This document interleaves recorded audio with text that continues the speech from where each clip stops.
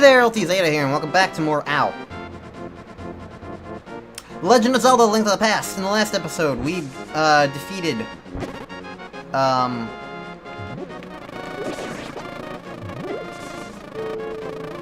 Oh.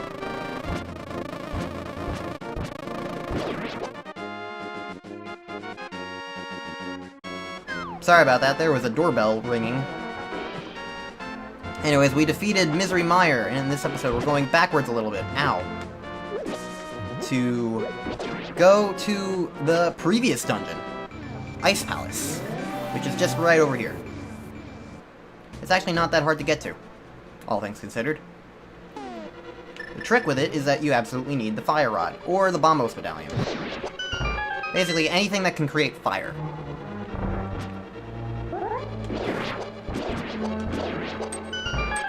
Also, here's hoping that I can get some arrows in this dungeon at some point. Anyways, ice! Doesn't everybody just love ice physics? I know I sure do. Anyways, Ice Palace is arguably a little more straightforward to me than how I did Mire. There's definitely a bunch of chests that you can open up, but I don't think most of them are necessary.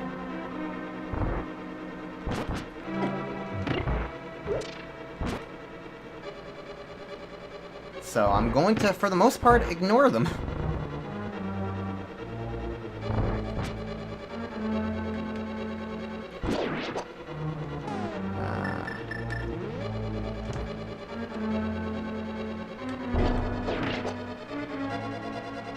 I don't know why I used a bomb there, actually. I could have just swiped, so I'm kind of wasting a bomb.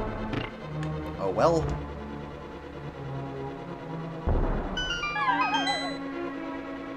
Let's see if I can do this room correctly.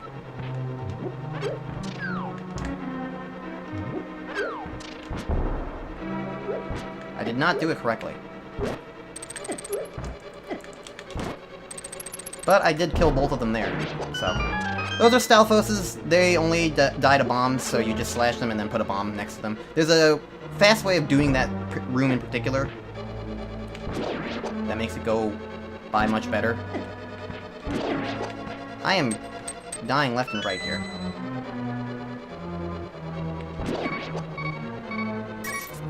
That's not a good thing.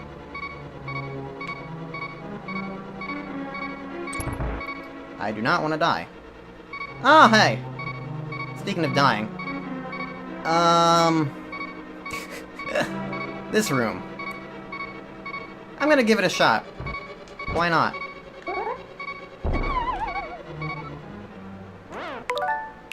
To be fair, I accidentally pressed the wrong button there. There's a fancy, very fancy bomb jump here that you can do. And I'm going to see if I can get it.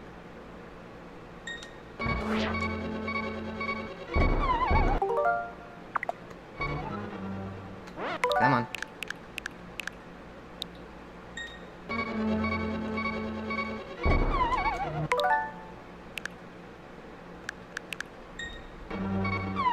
Oops.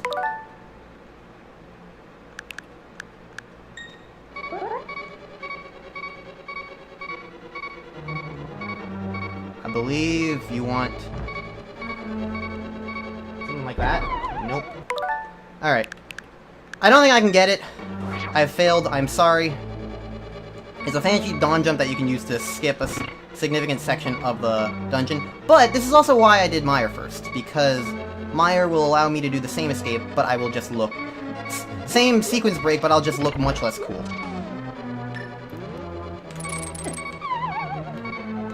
That was not cool.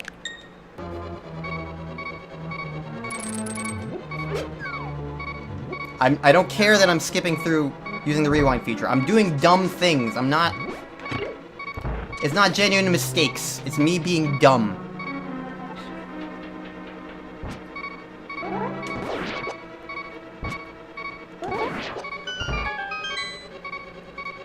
So... yeah. Anyways. Hey look, everybody remembers this room. It's kind of infamous in a way. got stuck in the corner. Anyways, you can just dash through there to make it go by much easier. Oh, this is interesting. I don't have the big key. Maybe this is something I should have thought about.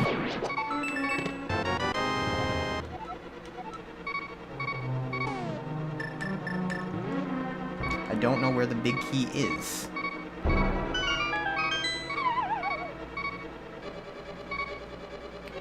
This is where the chest is, but I don't have the big key. Did I skip it? I wonder if I skipped it on accident. Because I've been kind of... Because I did ignore some of the chests earlier. Either way, this is why doing the Ice Palace bomb jump that I failed at earlier is important, because the ultimate goal of this dungeon is to lower these blue blocks while you're down here, so you can push one of those blocks in down that hole, which we'll get to later. But since the thing is there, we can't actually do that quite yet. Thank you for getting rid of the beep. Much appreciated. Anyways, maybe this dungeon won't be quite as straightforward as it was at first, but as I hoped it might be. But oh well. Oh, there's a key there. Not really what I was hoping for. And my current heart count is exactly why I would like to have the blue mail.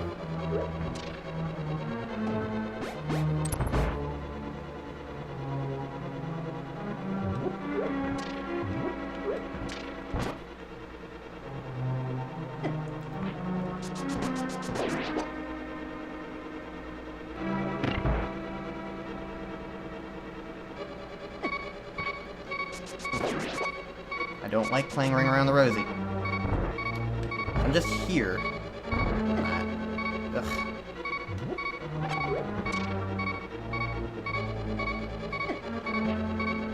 Okay.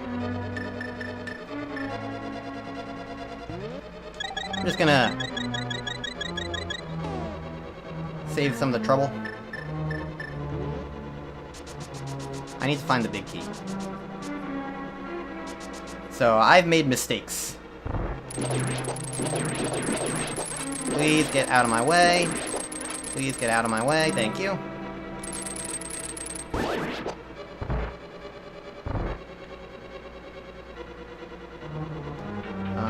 Is the big key up here? This, again, seems familiar to me. Mm-hmm.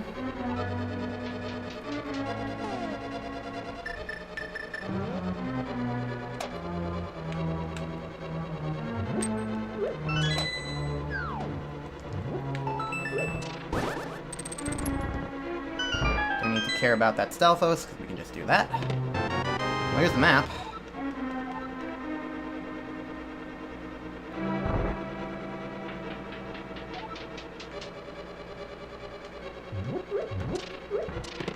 There's the big key. Okay. Well, now we have the big key. Let's go back to where we were before. Shall we? Now we can actually progress. Now I know where what I'm doing and where I'm going.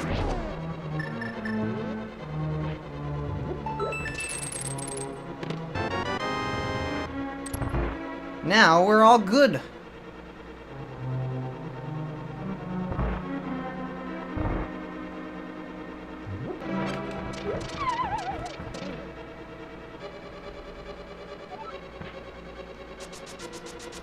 Here we are in the top half of that big ice room that I was failing at.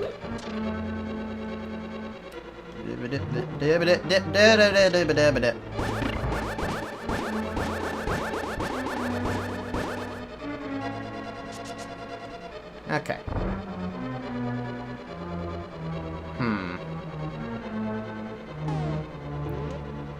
I think this still works on this version.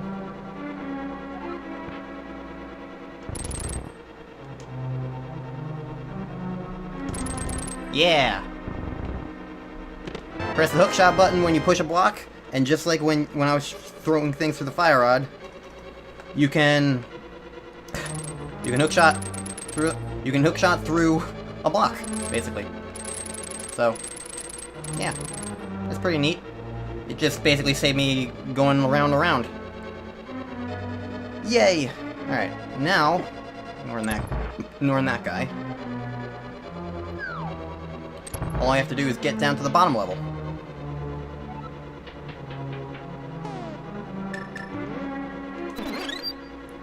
Which is right here. And this is why the Cane of Samaria is useful. This is an entirely legitimate way of doing this. Normally you're supposed to push a block down and have this, but you can just Samaria. Convenience.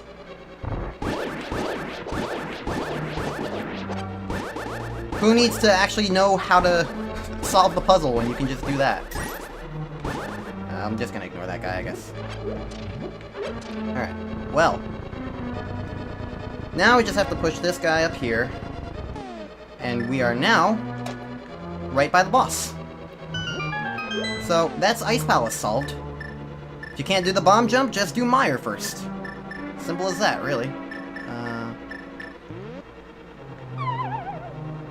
Yeah. Alright. It's Cold Stare time! You can either use the Fire Rod or Bombos Medallion to break him out of his icy shell.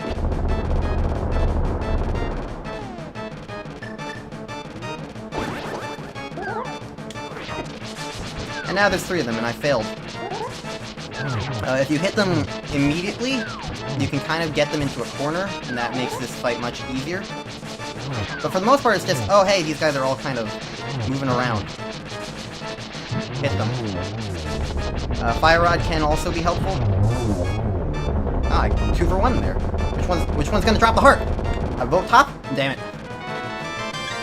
I had to pick one, and I failed. But yes, that's Ice Palace done. So, as you can see, having the Cane of Samaria, or being able to do that one bomb jump that I failed at, makes it significantly easier than because I don't even know where the switch is, quite frankly. I don't know where that switch is to get it the way you want it to be. Link, because of you, I can escape from the clutches of the evil monsters, thank you. They say the Hylia people controlled mysterious powers, as did the 7 wise men. But the blood of Hylia has become thin over time. We who carry the blood of the 7 wise men do not possess strong power anymore, either. Our powers will increase if we mix the courage of the knights with the wisdom of the wise men. Only a short time remains until the gate at the castle linking the worlds opens. Completely. If you defeat Ganon, this world will vanish and the Triforce will wait for a new holder. I believe in you. Good luck. Do I understand? Yes. Alright. And with the rest of the time remaining in this episode, because that was only about 10 minutes or so, 10-12 minutes, I'm gonna start doing some overworld cleanup. Because there are things that I want to grab. So, let's do some overworld cleanup. How about? Starting with, I want to get to that island. So, how about yeah, let's do this. Let's go this way. Because, like I did say, I want to get 100% in this game, which is actually kind of going to be funny. It will actually be the first time I get 100% in this game, despite everything. So I think that's it's pretty amusing to me that that with how many times I've played this game and seen through all this game, like this playthrough is going to be the first time I actually get 100% in this game. Get all the heart containers and stuff. That will be funny. But I know I can do it. I know where to go, I know where everything is, so it won't be that bad. I'm gonna basically do everything in the overworld in the rest of this episode, and then do everything on Death Mountain afterwards, because Death Mountain, both the normal and the Dark Death Mountain, which we haven't really been to yet, they both have items for me to grab. But for right now, I'm just focusing on down here.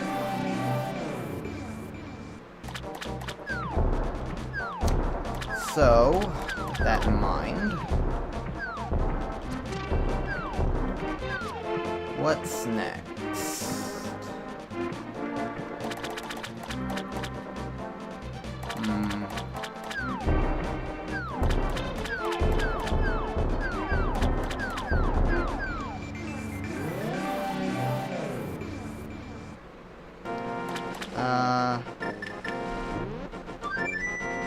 I can do Big Bomb now. So that might be worth it.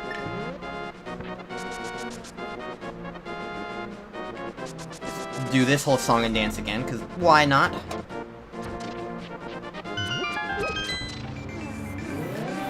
If I recall correctly, I've done everything south here now.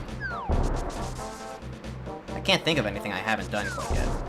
Anyways, the Big Bomb here.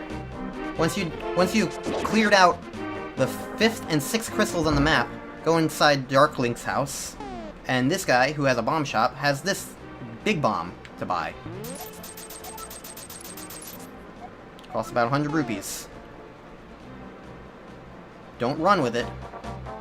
Instead, just make your way over to the pyramid.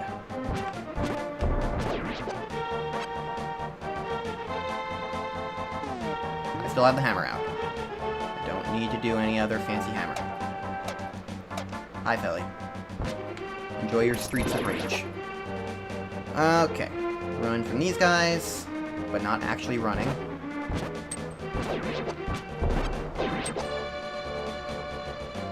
Here we go. Unlike the giant bomb in A Link Between Worlds, this one just kind of follows you around. You don't need to worry about it getting hit or anything. And now we can run away. 3, 2, 1, kaboom! I actually don't think that explosion hurts you. Anyways, we have a mysterious pond. Throw in your bow. And what do you get? It's the Great Fairy! These are the silver arrows. To give Ganon his last moment, you definitely need them. I know I don't have quite the figure of a fairy. Ganon's cruel power is to blame. You must defeat Ganon. So that's how you get the silver arrows, to defeat Ganon, for some reason. They're just kind of here, in the Pyramid Fairy. And also,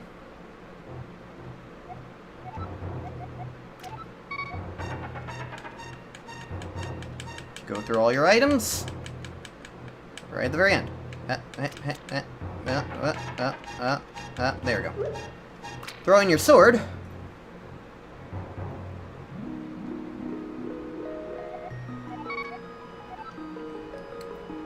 And we get an upgraded sword, the Butter Sword, or more accurately, more realistically, the Golden Sword.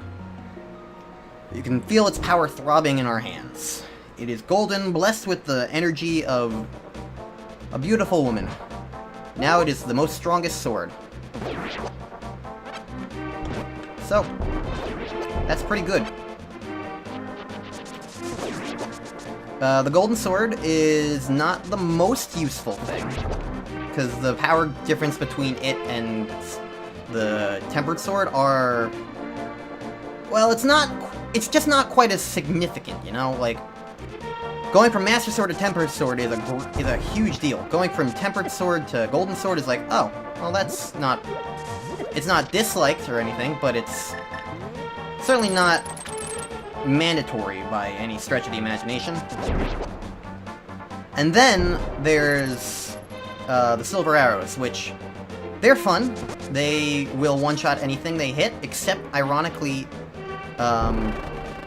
you use them against Ganon. Normally, for most players, they are mandatory.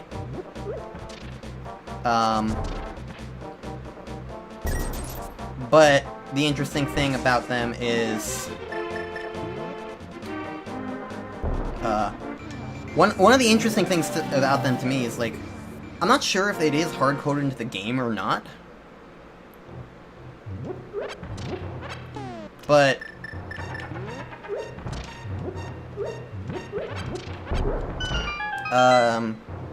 most bosses will take damage from them, and will die in one shot. Not all of them. I don't think Mothula, Moldorm... I don't think Mothula or Moldorm will be affected by it, or Cold Stare. But there are definitely some bosses that are affected by it. Even though normally you would never have them, have the arrows by the time you get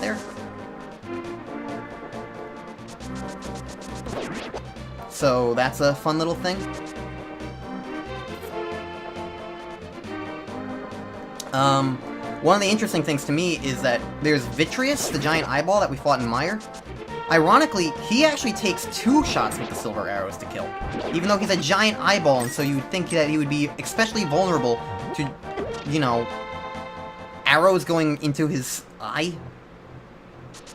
Anyways, up there was another piece of heart. This is the cape ledge. We need the magic cape, which we picked up at, in King's Tomb.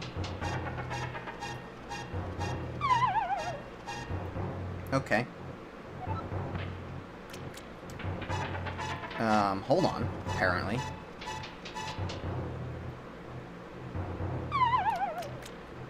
Alright, well, I'm failing at that, apparently.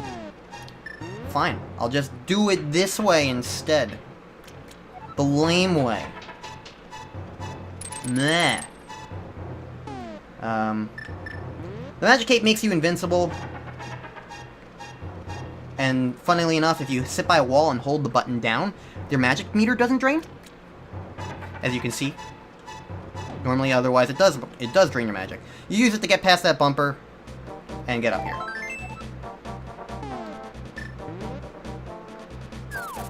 It's fairly simple otherwise. I picked up the cape because I wasn't exactly sure how,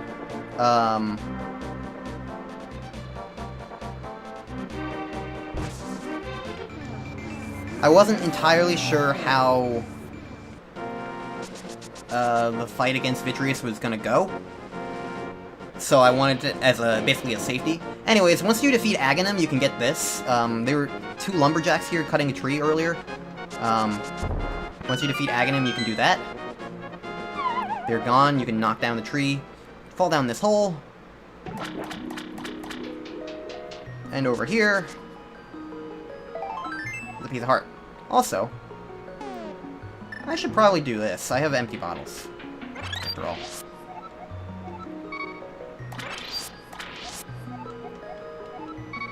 Might as well.